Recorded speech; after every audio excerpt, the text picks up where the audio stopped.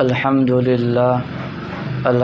للہ رب العالمین والعاقبۃ للمتقین والصلاة والسلام علی رسولہ الکریم اما بعد فاعوذ باللہ من الشیطان الرجیم بسم اللہ الرحمن الرحیم کل من علیہا فان ویبقى وجہ ربک ذو الجلال والاکرام صدق اللہ العظیم۔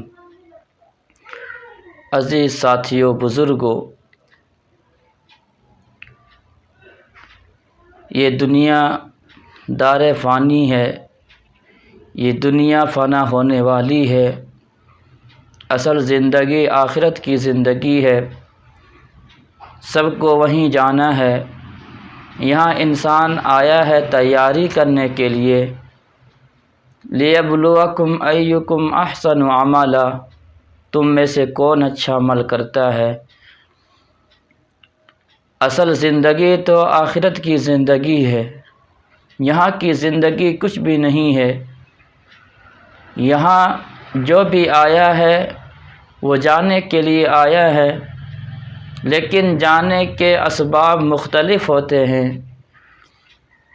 کوئی انتقال کرتا ہے اسپتالوں کے اندر، کسی کی موت آتی ہے احرام کے حالت میں، کسی کی موت آتی ہے حادثات کے شکل میں، کسی کی موت آتی ہے شہادت کی شکل میں، کسی کی موت آتی ہے بستر علالت پر، کسی کی موت کہیں آتی ہے، کسی کی موت اللہ کا ذکر کرتے ہوئے آتی ہے، کسی کی موت قرآن کریم کی تلاوت کرتے ہوئے آتی ہے،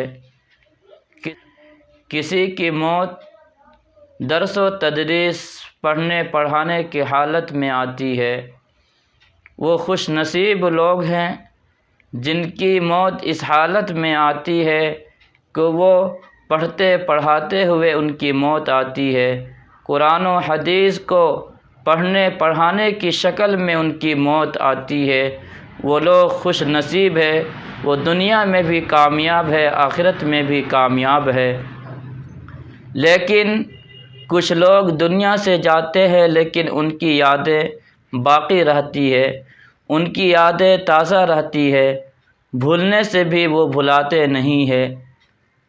عظیم شخصیت کے حامل استاد گرامی مولانا مفتی قاسم صاحب رحمۃ اللہ رحمتاً واسعہ، استاد حدیث و صدر مفتی مفتاح العلوم جلال آباد اور جلال آباد کے مرکزی مسجد کے امام و خطیب تھے۔ چند دن پہلے آپ کی وفات ہوئی ہے، کچھ مشغولیت کی وجہ سے تعزیت نہیں پیش کر سکا۔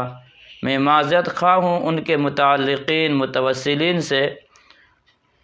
اللہ رب العالمین ان کی خدمات جلیلہ کو قبول فرمائے۔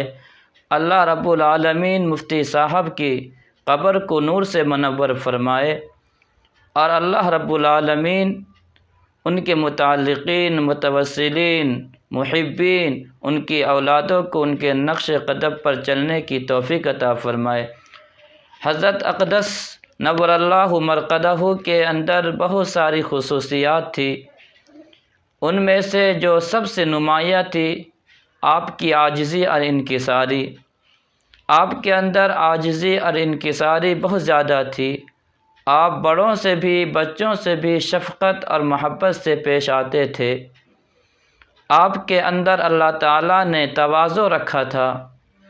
آپ قرآن کریم کے ساتھ آپ کا تعلق زیادہ تھا، یہی وجہ ہے آپ صدر مفتی ہونے کے باوجود اور استاد حدیث ہونے کے باوجود آپ کچھ بچوں کو اپنے یہاں حفظ بھی پڑھایا کرتے تھے۔